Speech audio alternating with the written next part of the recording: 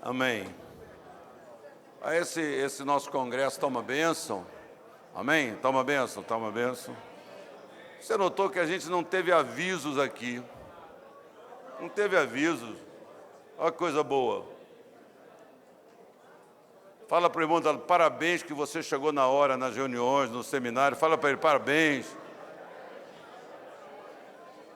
Mas, bispo, se ele não chegou na hora, pela fé, ele vai chegar na hora amanhã. Amém? Nós vamos receber mais uma vez o nosso querido, Maurício Zagari. E ele tem que retornar amanhã cedo para o Rio de Janeiro, para suas atividades. E antes de passar a palavra para ele, eu quero pedir aqui a todas as mulheres, quem é mulher aqui, diga graças a Deus. Então, todas as mulheres, pastoras que estão aqui, a Kátia precisa de 10 minutinhos assim que terminar esse encontro. Então, não saia, o marido não perturba a sua mulher para ela ir embora com você, deixa ela aqui, tá certo? A Kátia quer falar, obviamente, sobre o Congresso de Mulheres. A gente trouxe mais cartazes aqui para você, se você ainda não levou o cartaz para a sua igreja. Você, pastor, que você não pôde trazer a sua esposa, então leve também o cartaz. Eu pedi para o Maurício, para ele falar um pouquinho aqui. O Maurício é um escritor abençoado, e o Maurício tem um material muito interessante, que são livros para jovens, adolescentes, né? Você que tem filhos adolescentes, às vezes a gente tem dificuldade de achar uma literatura, que seja para jovem, que capture, né, o coração, a atenção deles. Então, o Maurício vai falar todas essas coisas. Obrigado mais uma vez, Maurício. Deus te abençoe.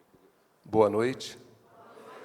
Eu não tenho o hábito de falar sobre os meus livros quando eu vou fazer ministrações, mas como eu operei a cabeça, então... Brincadeira, o bispo pediu que eu falasse, então eu vou falar muito rapidamente, porque a gente produz uma literatura, são livros publicados pela editora Mundo Cristão, é uma série de livros que nós escrevemos, é um tipo de livro, um gênero um pouco raro no mercado editorial, que são livros de ficção cristã. A gente não vê muito isso por aí. É uma série que a Mundo Cristão lançou, eu escrevi os livros, até agora foram publicados 3, chamada Aventuras de Daniel. Sempre é uma história de investigação, suspense, adrenalina, aquela coisa que adolescentes e jovens gostam muito, e dentro de cada trama vem lições bíblicas, vem princípios de vida, vem questões sobre desafios dos nossos jovens e adolescentes. Felizmente tem sido uma bênção ouvir o feedback dos leitores. Existem escolas adotando no Brasil como leitura paradidática. Então, eu deixo aqui, tem alguns exemplares lá fora, se os irmãos quiserem. Algumas igrejas trabalham com os seus jovens, já estive em algumas igrejas fazendo palestra, depois que os jovens leram. Então, é um tipo de literatura que a gente investiu, felizmente tem dado bons resultados. Muitos jovens têm usado essa literatura para, por exemplo, dar de presente de amigo oculto ou de aniversário para colegas ou primos que não são cristãos, porque você dá um livro bíblico, um livro de devocional, alguma coisa que o não cristão já olha, nem vou ler isso. Agora, você dá um livro com uma capa assim, bonitinha, de investigação, com traços assim mais jovens, o não cristão pega para ler, e aí ele recebe a palavra. Eu costumo dizer, só para finalizar, que essa série é como você dá remédio para cachorro. Não sei se vocês já tentaram dar uma pílula na boca de um cachorro. Você coloca a pílula na boca e o cachorro cospe, ele não engole. O que você tem que fazer? Você coloca dentro de um pedacinho de pão ou de carne e coloca, não é isso? E aí sim o cachorro engole. Então eu costumo dizer que a investigação, a adrenalina, essas histórias, elas são a carne, para o jovem poder se interessar, pegar aquilo e quando ele tem esse livro em mãos e começa a ler, ele vai receber as lições, as reflexões sobre questões importantes para a sua vida. Amém? Muito bem. Bom, pela manhã nós falamos sobre as 10 principais causas de feridas no ambiente da igreja, entre pastores e entre membros. E agora se eu falei sobre o problema, agora eu quero falar sobre a solução. Evidentemente que parte da solução é a prevenção, ou seja, é nós pegarmos essas 10 causas e nos anteciparmos para tentarmos entender o que nós podemos fazer para que isso não aconteça, seja através de posturas pessoais, através da instrução, através da ministração, através da criação de um código de ética para os líderes da nossa igreja local, o que seja. Eu apresentei, os irmãos podem, a partir daí, evoluir para cada contexto. E agora eu queria falar sobre o caminho da cura, porque quando eu escrevi o Perdão Total na igreja, eu tinha uma coisa na cabeça. Eu tinha pesquisado muitos livros que falavam sobre feridas na igreja, pessoas feridas em nome de Deus, etc, etc. Mas sempre parava na denúncia. Nunca se oferecia uma solução. Tá, eu estou machucado, mas e aí? O que acontece agora? O que eu faço? Como é que eu posso ficar curado? Se o irmão está ferido, está magoado com alguém da igreja, está chateado, está com rancor, está com raiva, está com algum sentimento negativo, o que fazer? Ou, se alguma pessoa que era do meu rebanho foi machucado no âmbito da igreja, o que fazer para essa pessoa ser restaurada e voltar em paz para o nosso meio? Então, nós temos que entender, a projeção está aqui, obrigado, o caminho da cura para pessoas que foram machucadas. E aqui eu quero tratar de 6 pontos que são importantes para isso. O primeiro deles, por favor, Júnior, é você reconhecer quem é o verdadeiro inimigo. Uma pessoa te machucou. O seu líder, você ficou chateado com o seu bispo, você ficou chateado com o seu obreiro, você ficou chateado com o que um grupo de membros fez, alguém machucou e alguém foi ferido. A questão é como lidar com isso. O grande problema é que, para nós tomarmos um remédio que venha nos trazer cura, nós temos que identificar corretamente quem é o causador desta doença. Não adianta você tomar antibiótico para matar vírus, porque antibiótico é para bactéria, percebem? Então, para que você tenha uma cura eficaz, você tem que ter um diagnóstico preciso. Então, se alguém te magoou, você tem que saber identificar quem é o verdadeiro inimigo, quem é o verdadeiro responsável. E daqui a pouco eu vou dizer por que isso é importante. Bom, eu vou ler para vocês, e aqui hoje, novamente, nós vamos ler Bíblia, tá? E eu vou pedir para vocês uma gentileza. Não leia, confia em mim, que eu vou ler o que está na Bíblia. Você pode, por favor, anotar, depois você vai lá, confere. Mas eu acho que a gente está tão acostumado, e isso é uma questão interessante, nós todos estamos tão acostumados a ler a Bíblia, que às vezes os nossos olhos passam na diagonal, vum. Eu já sei essa passagem, então vum, você vai na diagonal. E a gente não para, e a gente não saboreia o texto, e a gente não medita, a gente não rumina aquele texto, a gente não vai nos detalhes do que a palavra diz. Então eu gosto de fazer essa leitura focada e talvez até com uma entonação diferente, para que a forma que os irmãos ouçam seja distinta e possa chamar-lhes a atenção. Amém? Então eu vou pegar aqui Romanos capítulo 7, versículos 15 a 25, para refletirmos sobre quem é o verdadeiro inimigo. Paulo escreve assim: não entendo a mim mesmo, pois quero fazer o que é certo, mas não faço. Em vez disso, faço aquilo que odeio. Mas se eu sei que o que faço é errado, isso mostra que concordo que a lei é boa. Portanto, não sou eu quem faz o que é errado, mas o pecado que habita em mim. Ponto. Vocês já pararam para pensar sobre isso? Olha que troço doido. Paulo fala, não sou eu quem faz o que é errado. Quando ele fala sobre fazer o que é errado, ele está falando de algum pecado que ele cometeu, isso é evidente. Fazer algo errado do ponto de vista cristão é pecar. Portanto, não sou eu quem faz o que é errado, mas o pecado que habita em mim. E ele continua. E eu sei que em mim, isto é, em minha natureza humana não há nada de bom, pois quero fazer o que é certo, mas não consigo. Quero fazer o bem, mas não o faço. Não quero fazer o que é errado, mas ainda assim o faço. Quem se identifica com isso aqui? Faz assim com a mão. Você é assim como Paulo? Você diria essas palavras que Paulo disse? Sim ou não? Sim. Ok. Então, e ele continua, se faço o que não quero, na verdade não sou eu quem o faz, mas, e aí ele volta e reforça essa ideia, mas o pecado que habita em mim. Todos nós sabemos que nós somos a habitação do Espírito Santo, mas a gente se recusa a admitir que nós somos a habitação do pecado também. Não é politicamente correto para um cristão dizer isso, mas o que Paulo está dizendo não é exatamente isso, o pecado habita em mim. Era só nele ou é em todos nós? Então, nós somos a habitação do pecado. E, evidentemente, que este conflito que gera o fato de que somos a habitação do espírito e do pecado é o que nos faz ser tentados e, ao mesmo tempo, é o espírito nos convencendo de que aquilo é errado para não fazermos. Quem não sofreu tentação para um pecado hoje, diz amém. Hoje, eu estou falando das últimas 24 horas. Quem não teve nenhuma tentação, diz amém. Todos nós tivemos, isso é óbvio. Por quê? Se fomos tentados, é porque há um pecado que tenta nos arrastar, que gera essa tentação. Mas o Espírito Santo nos fala, não faça isso. Há uma expressão que diz que há alguém escreveu isso, não lembro quem, que existem 2 cachorros brigando dentro de mim. Vai vencer quem eu alimentar mais. Então, o que Paulo está dizendo aqui é que existem 2 elementos envolvidos no fato de uma pessoa pecar.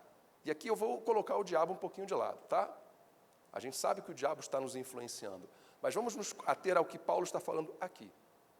Quem são os 2 elementos que ele está trazendo à discussão? Eu, a pessoa que erra, a pessoa que peca, e o pecado que habita em mim. Agora, quem ele diz que é o grande responsável? Eu vou ler de novo. Não sou eu quem faz o que é errado, mas o pecado que habita em mim. Se faço o que não quero, na verdade não sou eu quem o faz, mas o pecado que habita em mim.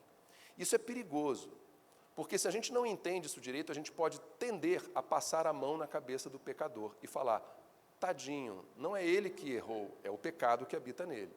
Mas é uma verdade teológica da qual a gente não pode fugir. Então, de que forma isso nos ajuda na cura de pessoas que nos machucaram? Pensa em como você foi machucado. Quem te traiu? Quem mentiu para você? Quem foi hipócrita? Quem te defraudou? Quem te puxou o tapete? Quem te enganou? Quem faltou com você? Quem foi irado com você? Quem te ofendeu? Qual foi por que você está machucado? Lembra da pessoa na sua cabeça. Você tem 2 formas de ver isso. Ou você olha para esta pessoa e fala, foi aquele filho da ira, ou você olha para ele e você entende que ele é uma vítima do pecado que habita nele. Porque quando você entende isso, você entende que aquele ser humano foi, sabe aquela marionete? Já viram aqueles caras que fazem marionete e vai andando com os fios assim? É como uma pessoa que é vencida pelo pecado, é mais ou menos assim. O pecado manipulou as ações dele e ele errou. Então você pode olhar para esse pecador e você vai falar assim, esse cara é um miserável, mandemo-lo para o quinto dos infernos. Ou você pode olhar para ele e falar, esse cara é uma vítima do pecado. E o que eu tenho que odiar nele não é ele, é o pecado. Quando você entende isso, você começa a compreender uma série de explanações bíblicas que são difíceis de entender. Como, por exemplo, quando Jesus nos manda amar os inimigos. Como assim amar os inimigos? Porque, na verdade, você olha para ele e você se lembra do que Jesus falou. Pai, perdoa, porque não sabe o que faz. É uma vítima manipulada por uma força maior chamada pecado. Está cego. Compreendem como isso muda tudo? Eu vou dar um exemplo para tentar ficar mais claro isso. Imagina que uma pessoa está dirigindo um carro, sinal vermelho. Ele avança o sinal vermelho, não parou no sinal vermelho, passou uma pessoa, ele atropelou e matou a pessoa. Quem matou a pessoa foi o carro, não foi? Que bateu, que fez o estrago. Mas quem é responsabilizado por isso? É o motorista. O carro vai para a prisão? O carro é punido? É o motorista. O pecado é o motorista e nós somos o carro. O pecado não nos conduz e nós fazemos o estrago. Então, quando você olha para aquilo, para aquela situação da ferida, da mágoa, do machucado no ambiente da igreja, se você olha para aquela pessoa e você entende que ela foi manipulada por esta força terrível que derrubou homens grandiosos de grande fé ao longo da vida, como Pedro, por exemplo, você consegue amá-lo. E você entende que quem você tem que combater não é o indivíduo, é o pecado que está nele. E isso permite que você olhe para essa pessoa de um modo que você tenha misericórdia e compaixão dela, por mais que ela lhe tenha feito mal. Sabe aquelas reportagens quando a mãe chega na delegacia, vê o garoto que assassinou o próprio filho, ela vai, abraça o assassino e fala, eu te perdoo? Isto é uma pessoa que alcançou uma capacidade de compreensão do Evangelho, que ela olha para aquele rapaz e sente até misericórdia dele, porque foi vencido. E isso muda tudo. Porque a importância de entender isso é que compreender esta realidade faz com que a sua cura não dependa da pessoa que te machucou fazer alguma coisa. Depende de você fazer alguma coisa. Porque se você atribui ao ser humano que te magoou a responsabilidade máxima, ela foi o veículo, foi a ferramenta, foi o instrumento, mas se você atribui a este ser humano o dolo desta ação, você sempre vai ficar esperando que ela faça algo, que essa pessoa faça algo para se redimir. Por isso que você encontra pessoas que não perdoam e falam assim, não me veio pedir desculpas, não fez nada para ser perdoada, vou perdoar para quê? Não, se vier me pedir desculpa, eu até penso. E aí vai fazer o quê? E aquela pessoa, às vezes, nem sabe que te machucou. E aí ela está vivendo a vida dela. E você está aqui com suco gástrico gerando doença, gerando furo no teu... Como é que é o nome que se dá? Gastrite, isso, úlcera. Obrigado, fugiu o termo. Dando úlcera. Porque você está se remoendo. E você vai ser vítima de uma coisa chamada ressentimento. O que é ressentimento? É exatamente o que a palavra diz. Ressentimento. É ressentir. Ou seja, aquela dor que você sentiu no ato do machucado, você vai sentir de novo, e de novo, e de novo, e de novo, porque você não conseguiu perdoar aquele indivíduo. Quando, na verdade, você devia estar olhando para o pecado e olhando para aquele indivíduo e falar assim, eu tenho que perdoar esta pessoa. Eu tenho que reconciliar, eu tenho que restaurar. E aí você consegue amar o inimigo, e aí você consegue amar quem te faz mal, você consegue amar quem te amaldiçoa, você consegue fazer o bem para quem te faz mal, você consegue amontoar brasas na cabeça das pessoas que te agridem.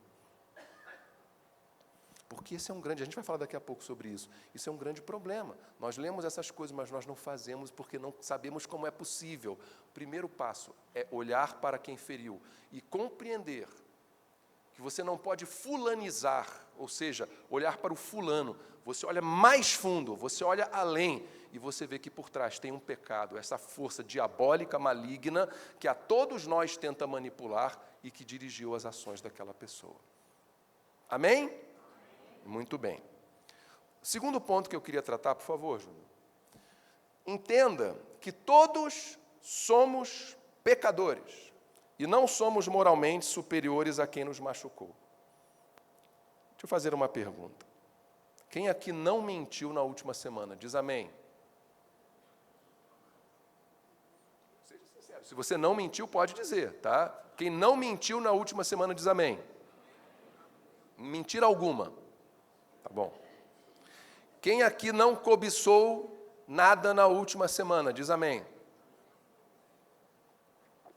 Quem não sentiu ira? Diz amém. Quem não sentiu inveja? Diz amém. Isso é pecado, tá, gente? Está lá em Gálatas, capítulo 5, 19 e 21, obras da carne. Quem não sentiu ódio? Diz amém. Ódio algum na última semana? Estou impressionado. Parabéns. Quem não pecou na última semana?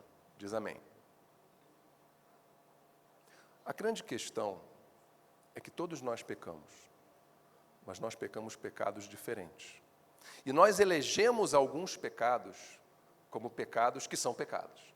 E nós elegemos outros pecados como pecados que... É como se Deus falasse assim, Gabriel, varre aí para baixo do tapete. Como se Deus não desse atenção. Vocês querem uma coisa curiosa? Eu estou falando aqui com líderes e pastores. Eu vou falar uma coisa complicada. Vou fazer uma pergunta. Quem conhece pastores que foram afastados do ministério por adultério? Fala amém. Quem conhece pastores que foram afastados do ministério porque desonraram pai e mãe? Diz amém. Alguém conhece pastor que foi afastado porque desonra pai e mãe? Para ficar mais vivo. Quem conhece pastor que foi afastado por adultério? Faz assim. Todo mundo conhece. Quem conhece pastor que foi afastado do ministério porque desonrou pai e mãe? Faz assim. 2 pessoas. Por quê? Eu estou falando de 2 pecados do decálogo. Qual é a diferença entre eles? Por que se afasta por causa de um, não se afasta por causa de outro? Desonrar pai e mãe é um pecado leve? Porque isso é coisa católica. Pecado mortal, pecado venial é coisa católica, não é da tradição protestante. Por que desonrar pai e mãe é um pecado que nós cometemos com muita frequência, com muitas coisas, e ninguém dá a mínima para ele? Por que inveja é um pecado aceitável em nosso meio? Por que a ira, como denunciam as redes sociais, a gente fala e a gente ainda justifica? Porque eu sou crente, mas não sou banana. Por quê? Porque nós elegemos pecados que são dignos de serem tratados como pecados, e outros a gente finge que não são. A prática é esta. Todos pecamos, só que nós cometemos pecados diferentes. Essa é a questão. Só que, e lá em 1 João, capítulo 1, versículos 8 e 10, eu vou pular o 9, João falou assim, e aqui é importante a gente entender o seguinte, a epístola de João foi escrita para a igreja. João estava combatendo uma heresia chamada gnosticismo, então ela escreveu para a igreja para dar instruções acerca dos erros desta heresia. Então é uma carta de um cristão, de um líder cristão para cristãos. Ou seja, ela é universal, ela é para todos nós. E ele diz assim, se afirmamos que não temos pecados, enganamos a nós mesmos e não vivemos na verdade. Se afirmamos que não pecamos, chamamos Deus de mentiroso e mostramos que não há em nós lugar para a sua palavra. Todos nós pecamos. Todos nós pecamos. E a palavra de Deus em Tiago diz que aquele que comete um só pecado contra a lei, que quebra a lei em um só ponto, é culpado de todos. Vocês sabem por que só Jesus podia nos redimir? Porque ele foi o único que não tinha absolutamente nenhum pecado. Nenhum de nós era capaz disso. Todos estávamos contaminados pelo pecado. Mas a gente olha para outras pessoas que nos feriram e a gente acha que somos superiores moralmente, talvez espiritualmente, a eles. E que por causa disso ele não tem perdão.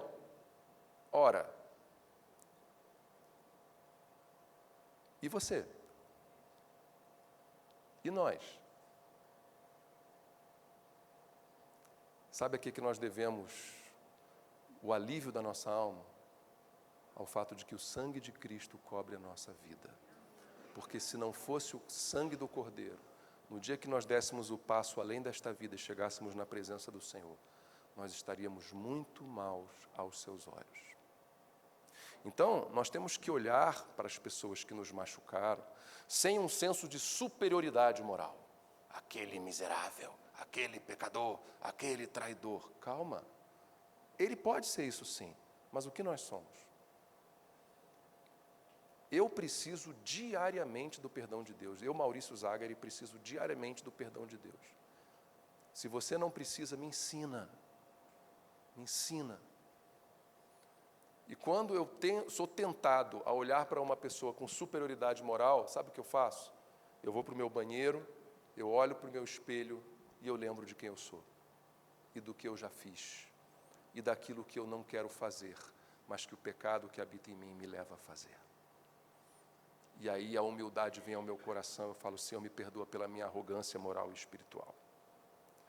E aí você consegue olhar com mais graça, misericórdia e compaixão para quem te machucou.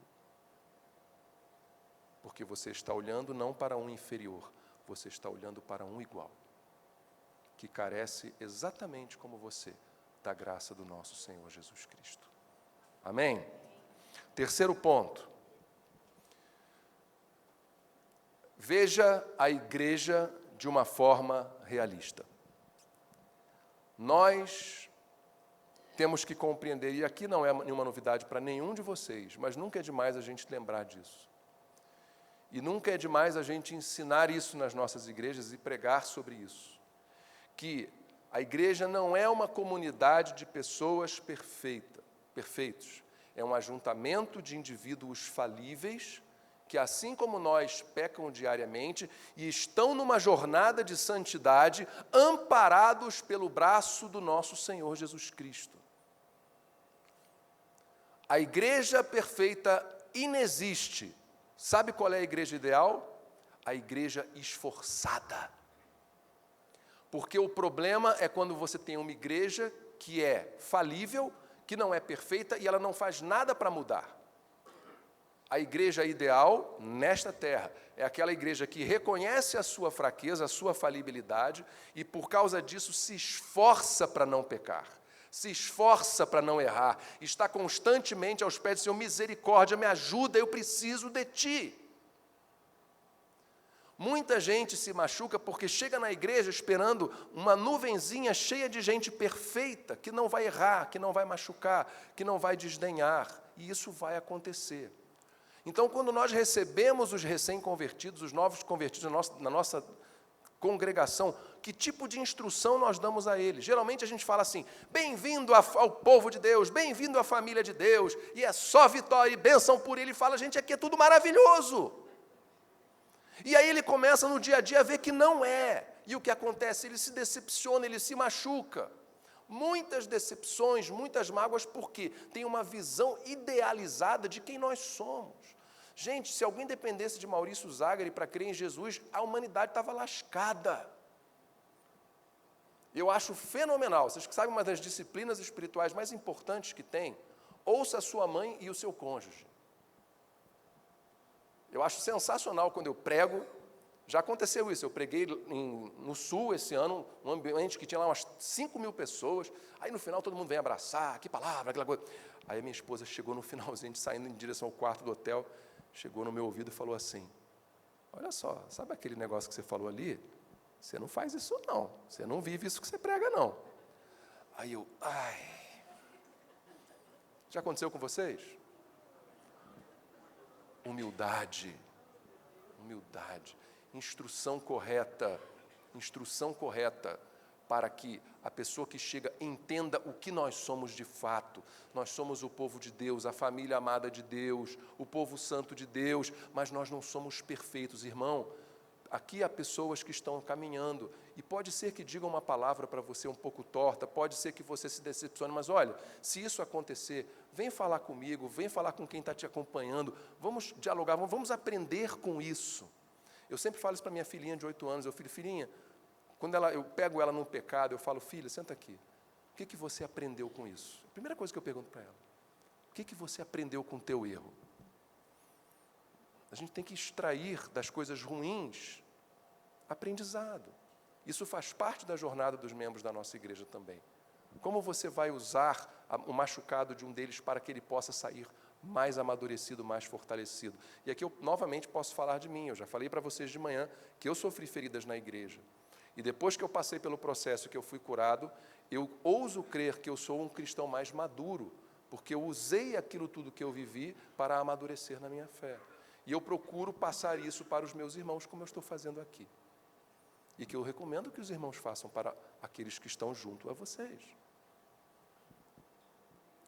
Então a igreja, ela é cheia de Paulos, que querem fazer o que é certo, mas não fazem. Que querem ser perfeitos, mas não conseguem. Muitos estão sinceramente se esforçando, mas ainda o velho homem está lá, você está tentando afogar ele, de vez em quando ele bate mais forte que você, ele consegue respirar, e você tenta afundar de novo. Essa natureza humana, esse pecado que habita em nós e tenta nos arrastar, e tenta nos arrastar, e tenta nos arrastar. São Paulos. Porém, apesar disso tudo, a igreja é a noiva amada de Cristo. Só que nós temos que entender uma realidade que está em Apocalipse 19, versículos 6 a 8, quando João escreve assim: o Senhor nosso Deus, o Todo-Poderoso, reina. Alegremo-nos, exultemos e a Ele demos glória, pois chegou a hora do casamento do Cordeiro e a sua noiva já se preparou. Ela recebeu um vestido do linho mais fino, puro e branco. Aqui, teologicamente falando, estamos falando da glorificação final da igreja. Somente nesta hora, porque reparem que ele fala, pois chegou a hora. Que hora é essa? E aqui, isso aqui é no contexto de quando vem a nova Jerusalém, a Jerusalém celestial. Então a noiva, a hora chegada do casamento do Cordeiro, quando a noiva vai receber o vestido branco, puro, santificado, glorificado, é no final. Até lá nós estamos na jornada. Nós estamos numa jornada pedregosa.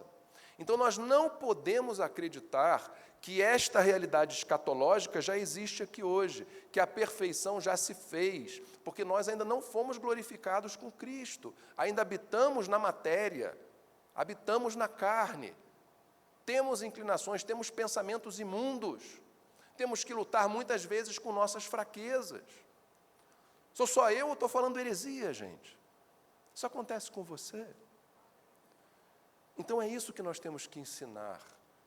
Irmãos, não existe lugar melhor na terra do que o seio da igreja, porque esta igreja que no escatom, no final, será glorificada e será perfeita, branca, sem mácula. Mas, por enquanto, ela ainda não é assim.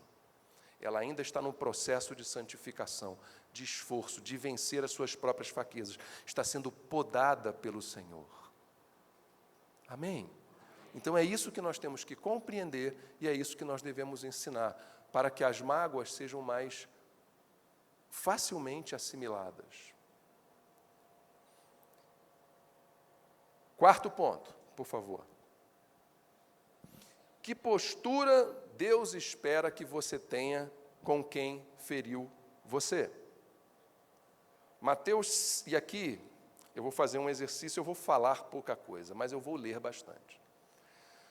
Eu vou ler 3 passagens da Bíblia que você cansou de ler, mas que talvez você tenha passado de forma superficial, talvez você não tenha dado muita atenção, talvez você não tenha meditado nelas, talvez você não tenha deixado ela entrar dentro da tua alma, e por causa disso, talvez você não esteja vivendo o que isso aqui propõe.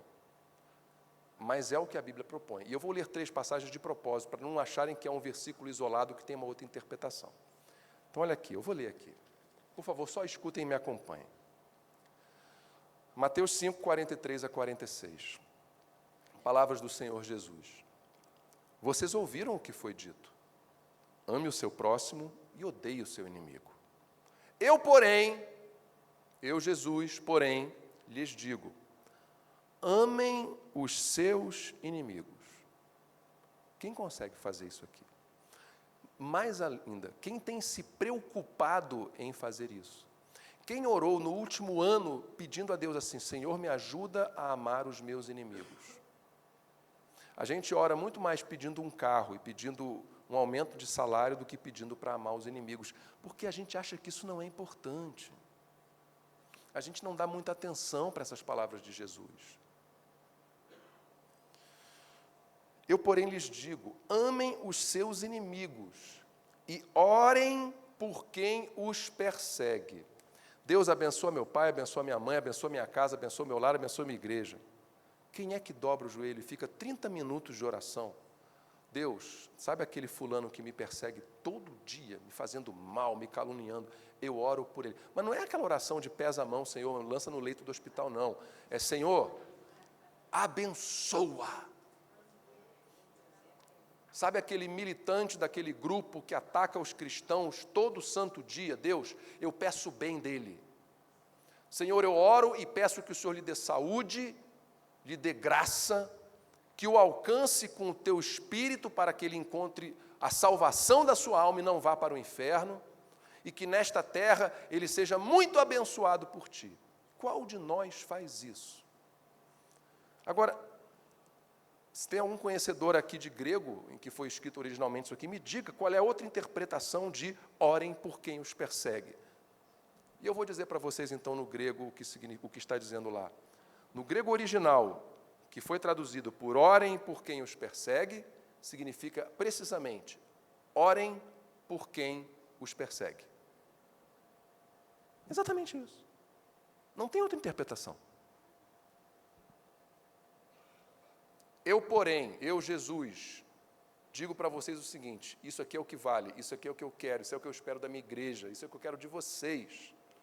Amem os seus inimigos e orem por quem os persegue. Desse modo, vocês agirão como verdadeiros filhos de seu Pai. Chega para a sua igreja e fala assim: você quer ser um verdadeiro filho do Pai Celestial? Ame os seus inimigos e ore por quem os persegue. Quem aqui já pregou isso, gente? A gente não prega isso. Mas Jesus disse isso para a gente. Pois ele dá a luz do sol tanto a maus como a bons, e faz chover tanto sobre justos como injustos.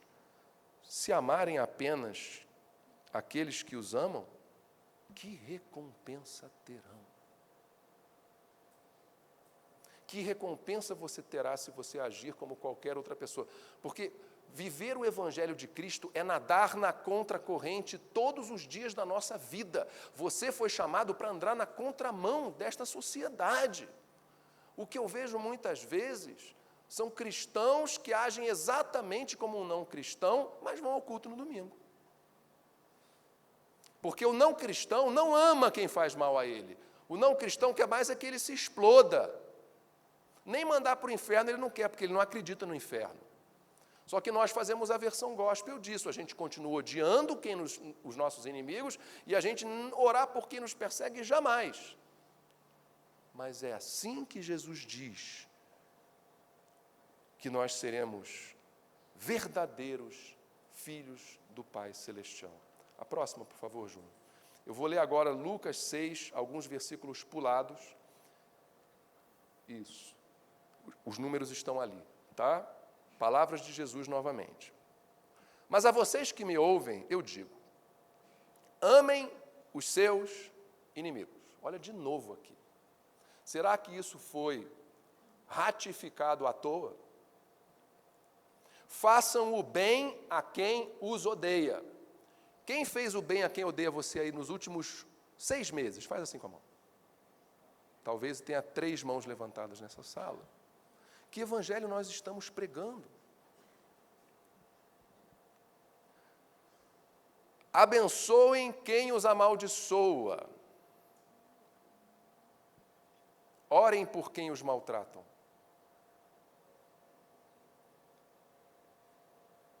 Qual de nós faz isso? Qual de nós gasta 1 minuto da sua semana cumprindo este mandamento? Isto é mandamento. O tempo verbal aqui é o imperativo, é uma ordem.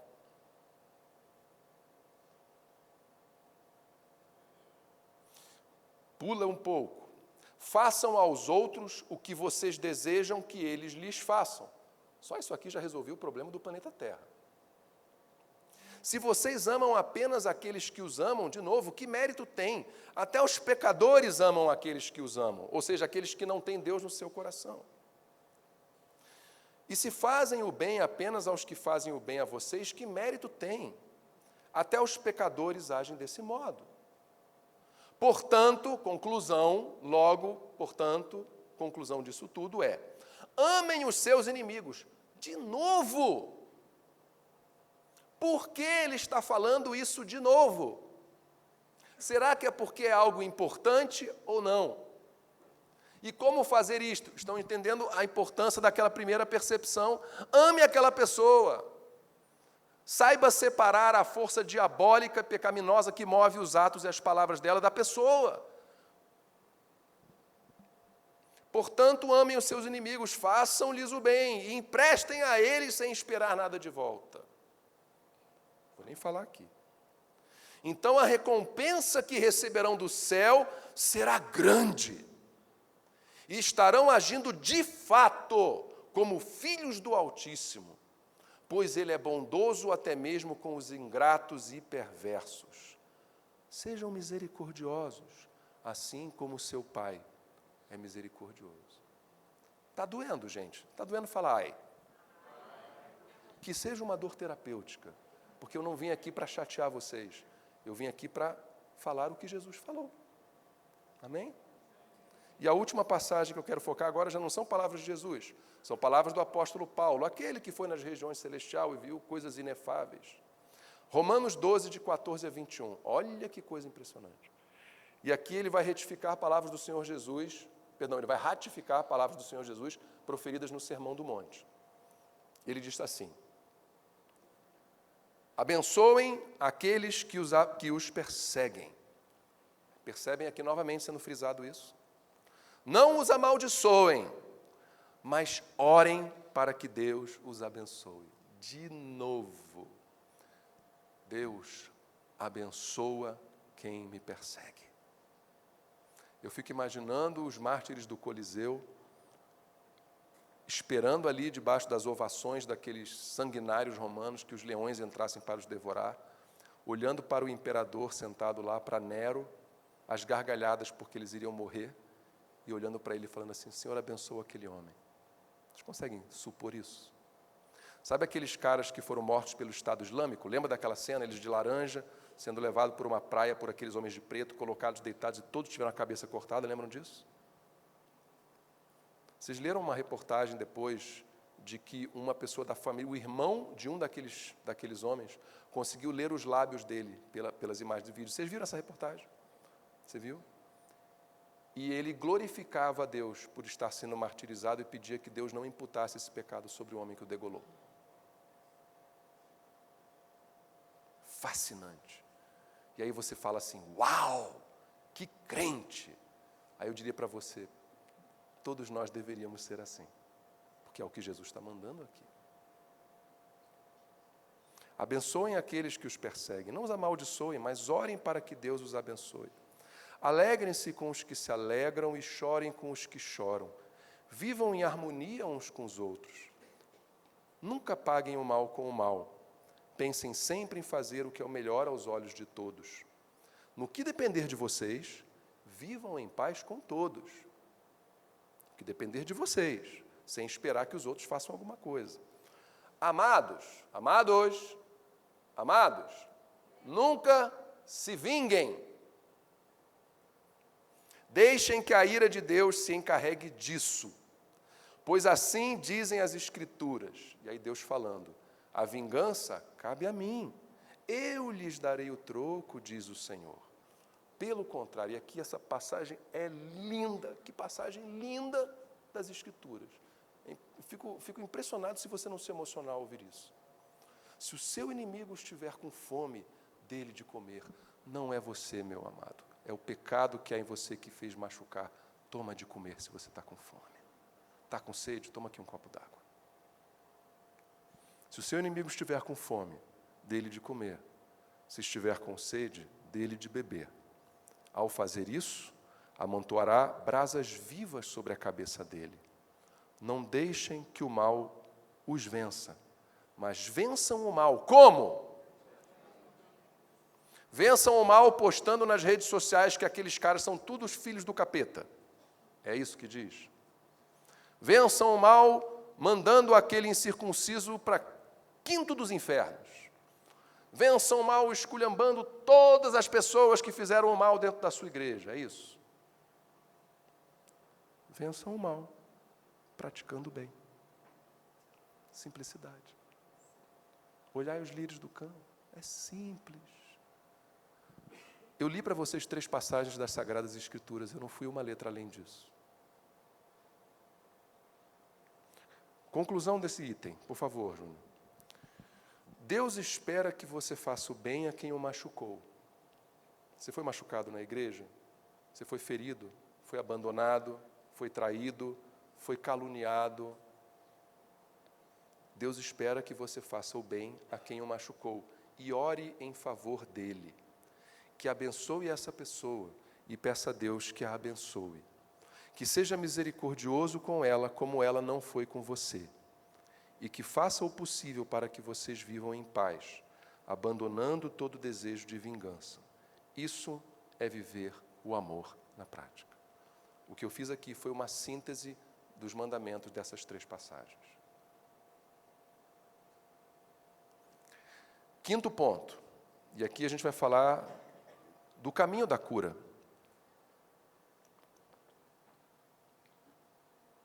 Está machucado? Está doendo? Foi ferido? Foi traído? O que você faz? O caminho da cura se chama perdão. Perdão. Perdão é a única possibilidade, do ponto de vista bíblico, de você ser curado de uma ferida desse tipo. Porque se você não perdoa, você vai continuar carregando aquele fardo de ressentimento nas costas por anos e anos e anos. E ele vai entortando a sua vida. Você quer tirar esse fardo? A ferramenta para isso se chama perdão. Todos nós conhecemos Mateus 18, 23 a 27. Eu não vou ler. Chama-se a parábola do credor incompassivo. Essa parábola nos diz que perdão é o cancelamento de uma dívida. Quando aquele cara te machucou, te feriu, te caluniou, te traiu, etc, etc, etc, etc, etc, etc, ele contraiu uma dívida com você. Uma dívida moral, uma dívida emocional, uma dívida espiritual. A única forma de você cancelar essa dívida, se essa pessoa não toma nenhuma atitude para se redimir, é que você olhe para o carro, identifique que foi o motorista que avançou o sinal vermelho. E aí você olha para ele e fala, eu te perdoo. Eu te perdoo. Nas pesquisas que eu fiz, que geraram o livro Perdão Total na Igreja, a quantidade de pessoas, havia grande quantidade de pessoas que ainda estavam ressentidas e havia pessoas que estavam curadas. E era muito fácil de identificar que as pessoas que estavam curadas eram aquelas que tinham conseguido perdoar. Batata. Você está curado? Estou. Sofre com isso ainda? Não. Você perdoou? Perdoei. Era batata. Quem não tinha perdoado era ressentido, era rancoroso, vivia falando, vivia criticando, vivia trazendo à tona. Sabe aquela esposa que vira para o marido e fala assim, você, seu safado, em 1958 você olhou para aquela mulher. Isso é um coração que não perdoou.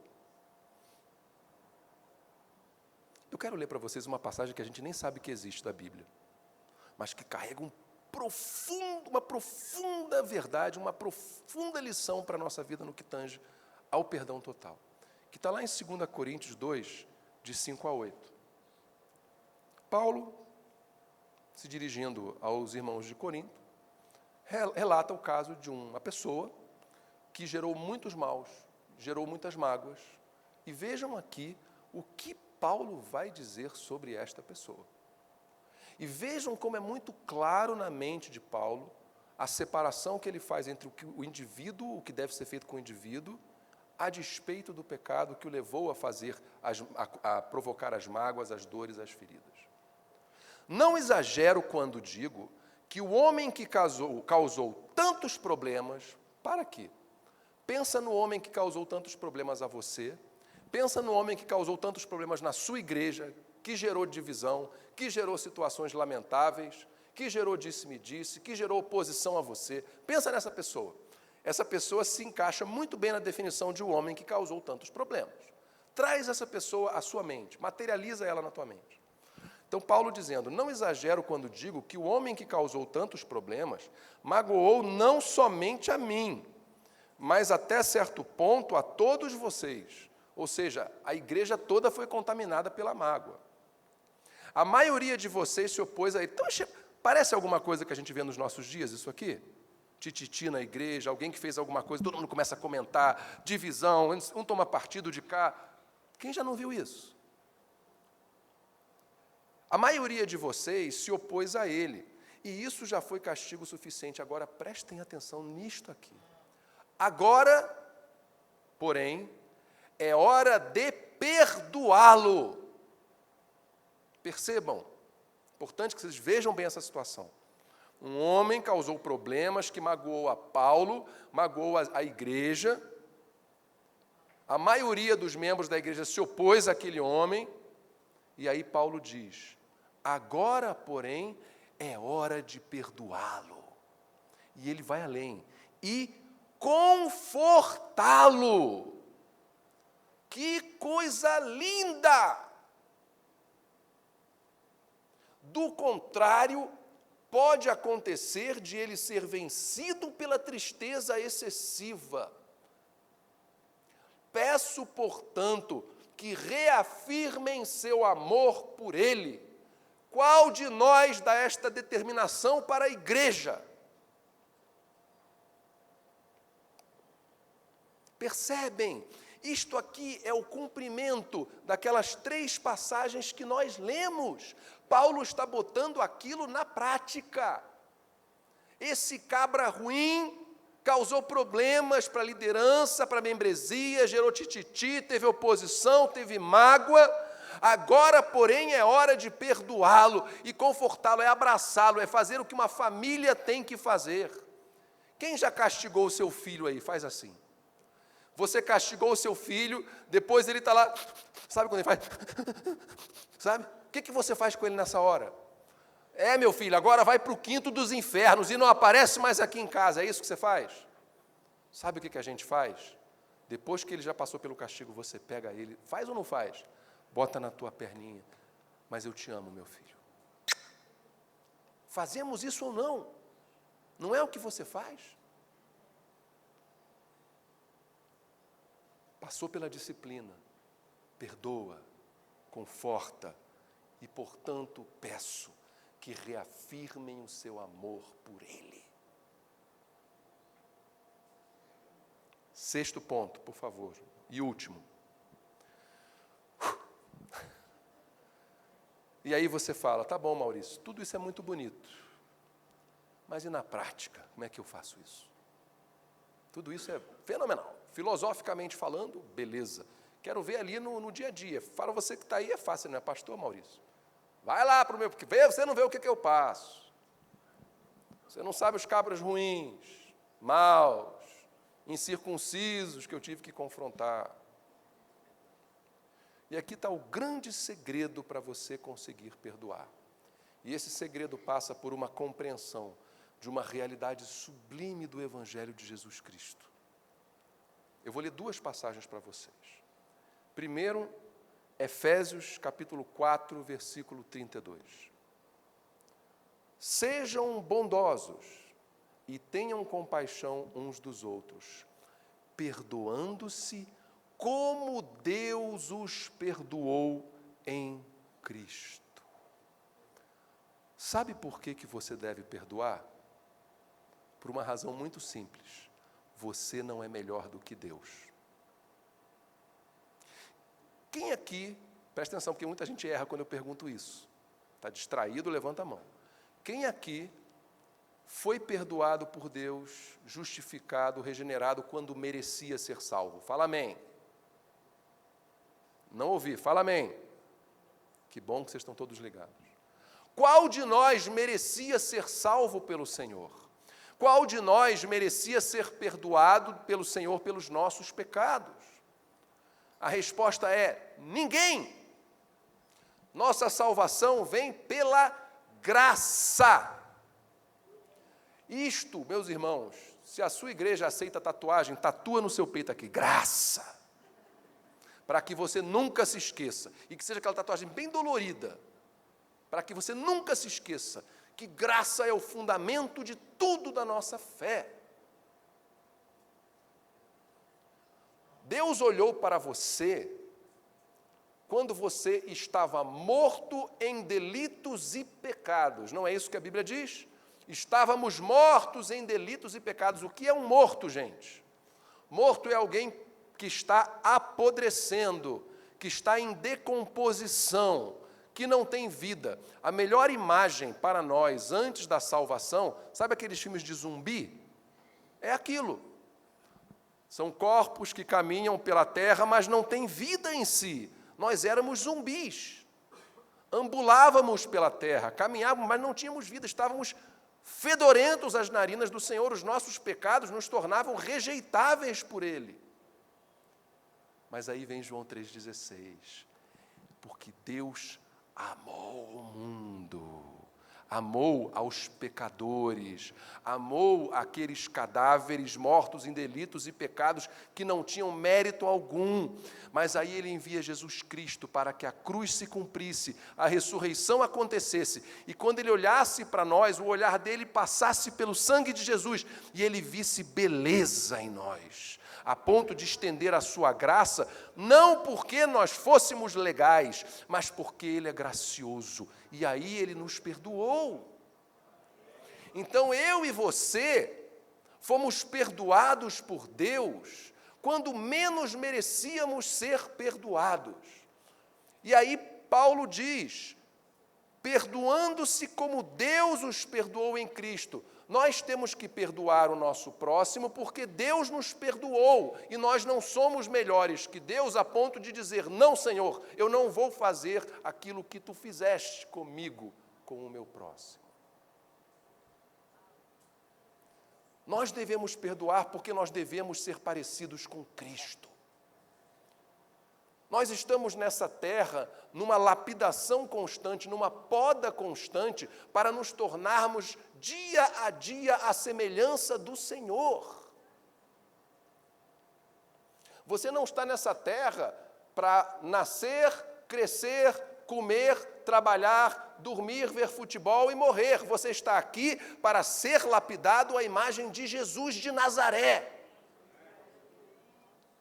E assim como Deus nos perdoou, nós devemos perdoar, porque devemos imitá-lo, devemos ter a natureza dele, esse coração gracioso e perdoador de Deus, que nos perdoou para a salvação e continua nos perdoando dia após dia com os nossos inúmeros pecados, é o exemplo que nós devemos tomar na nossa relação com o nosso próximo.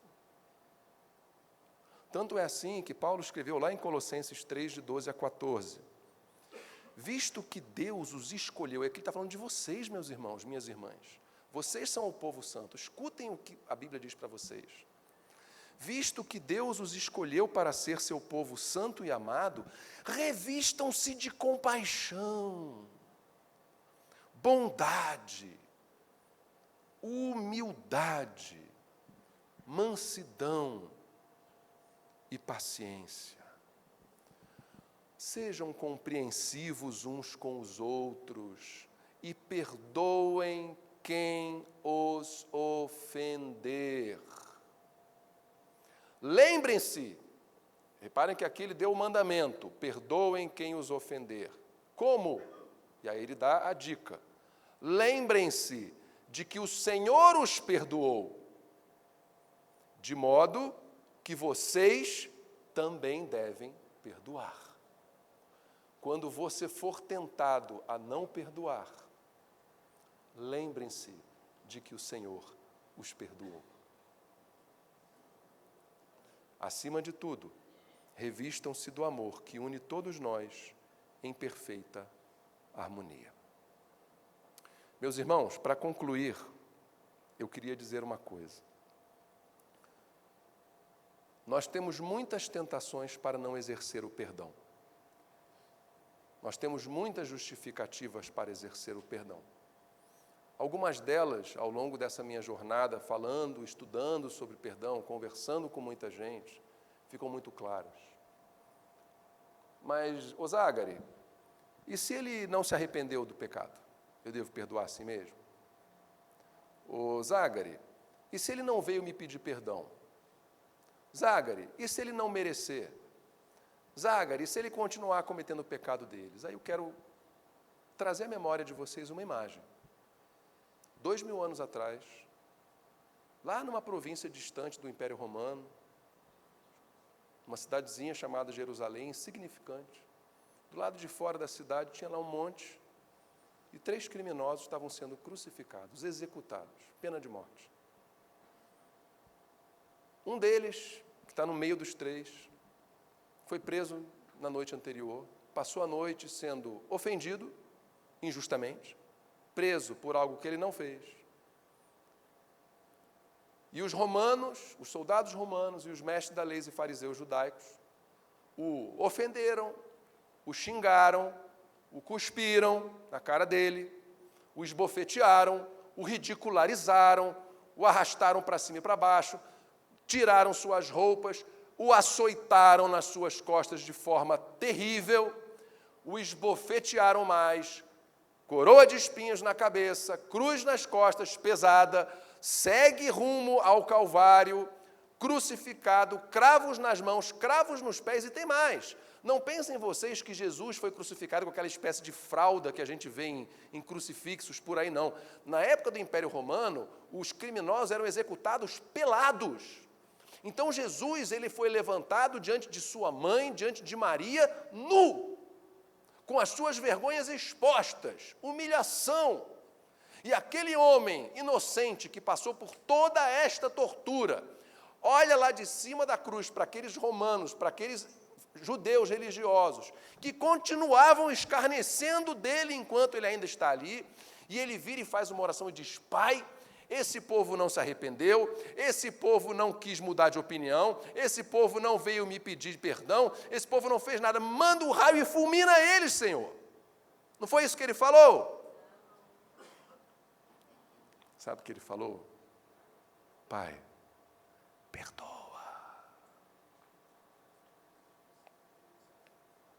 Esse é o exemplo. Por que ele disse, porque eles não sabem o que fazem? Eles não sabiam? Claro que sabiam. O que Jesus está querendo dizer?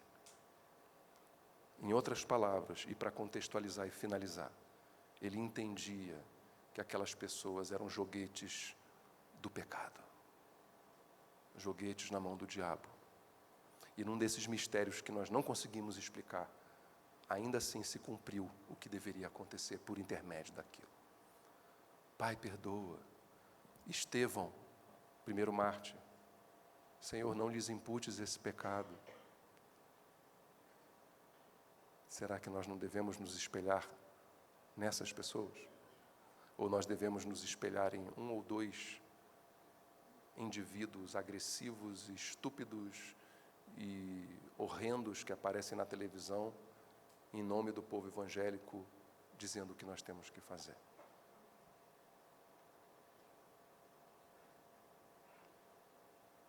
Você está magoado? Você está ferido? Perdoe. Ensine isso na sua igreja. Pregue sobre o perdão. Fala-se tão pouco sobre o perdão. Leia livros sobre o perdão. Aprenda. Eu tenho visto por aí muita gente que não perdoa porque não compreende o perdão bíblico. E muitas vezes não compreende porque isso não é ensinado. Quantas conferências teológicas vocês já foram onde o tema é perdão? Não se fala sobre esse assunto. E o perdão é uma das colunas do Evangelho de Jesus Cristo. Então, meu irmão, minha irmã, fica aqui uma sugestão para que não haja, no ambiente eclesiástico em que os irmãos estão inseridos, pessoas feridas, a multiplicação de atritos entre pessoas, a multiplicação de ressentimentos, de rancores, porque essas coisas são cânceres que enfermam o corpo de Cristo. Vocês são autoridade dentro do lugar onde vocês estão. Que Deus use a autoridade de cada um, a vida de cada um de vocês, meus irmãos, minhas irmãs, para que aquele povo que o Senhor colocou na sua mão para pastorear, que é rebanho dele, e que ele está terceirizando para você por enquanto, que você o conduza a viver uma vida perdoadora, de paz, de tranquilidade, sem ressentimento, sem rancor. Você pode curvar sua cabeça, por favor?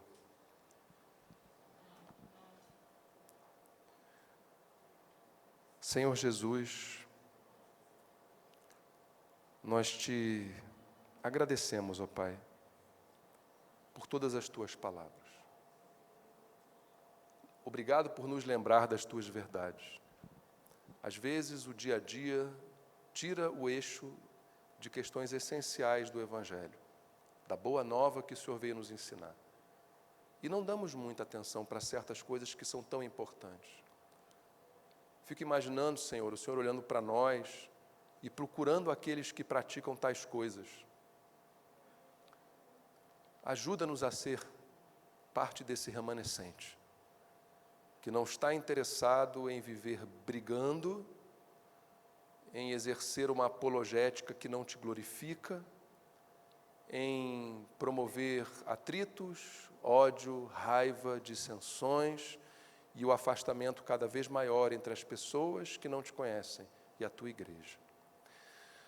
Deus, que nós sejamos vistos no nosso bairro, na nossa rua, na nossa cidade, como aqueles que amam, como aqueles que perdoam, como aqueles que tomaram atitudes inacreditáveis e sublimes, não porque nós somos bons, Senhor, mas porque olhamos para Ti, olhamos para o Teu exemplo e queremos Te imitar. Perdoa cada um de nós, Senhor. Tem misericórdia de cada um de nós. Se cometemos pecados, os confessamos agora. Deus, nós confessamos o nosso pecado da falta de amor, da falta de graça, da falta de misericórdia, da falta de intercessão pelas pessoas, da falta de amor pelos inimigos, da falta de bendizer quem nos maldiz. Não temos cumprido estes teus mandamentos, Senhor. Que tenhamos um coração perdoador. E assim, acreditamos, ó Deus, que a Tua igreja será cada vez mais vista como um corpo saudável. Assim, Senhor, nós conseguiremos cada vez mais lutar contra os verdadeiros inimigos e amar aqueles que são vítimas do ódio e do pecado. E com isso, Senhor, edificar o Teu corpo e glorificar o Teu nome. Em nome do Senhor Jesus te pedimos. Amém e amém. Queridos, muito obrigado. Que Deus abençoe a cada um de vocês.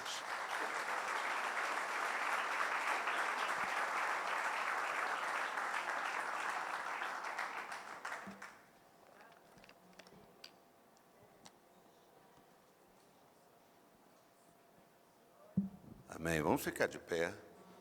O Zagre, como eu já disse, vai embora amanhã cedo. Ele tem um voo pela manhã. Eu queria que nós orássemos pelo Zagre. Queria que você estendesse a mão na direção dele, pedindo que Deus continue cumprindo a vontade dele na vida do Zagre, suprindo as necessidades dele. E quem sabe que a gente tenha novamente o Zagre em outros encontros conosco, ou aqui, ou nas nossas igrejas. Amém? Estenda sua mão para cá. Pai, nós queremos te dar graças.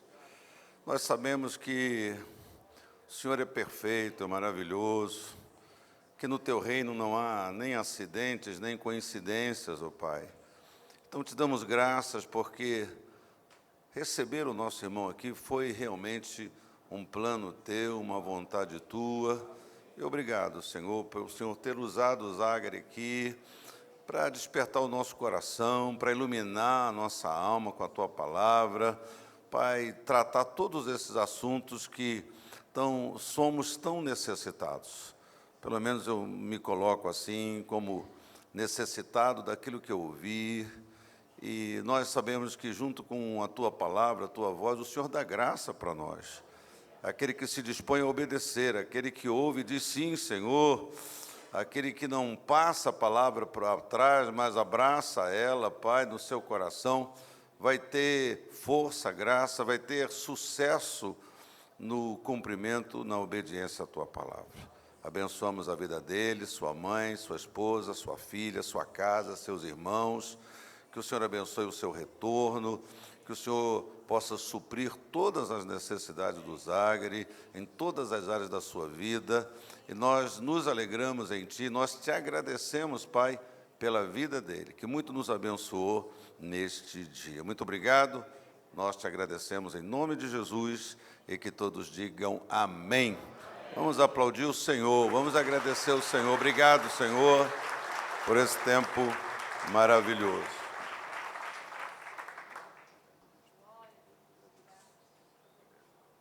Amém. Olha, as esposas, já terminamos, vamos pedir para as esposas permanecerem, as pastoras, esposas, as mulheres, e assim a gente amanhã está de volta, tá bom? Boa noite para você, vai dormir cedo, se prepara aí para a nossa quarta-feira aqui, abundante também. Amém.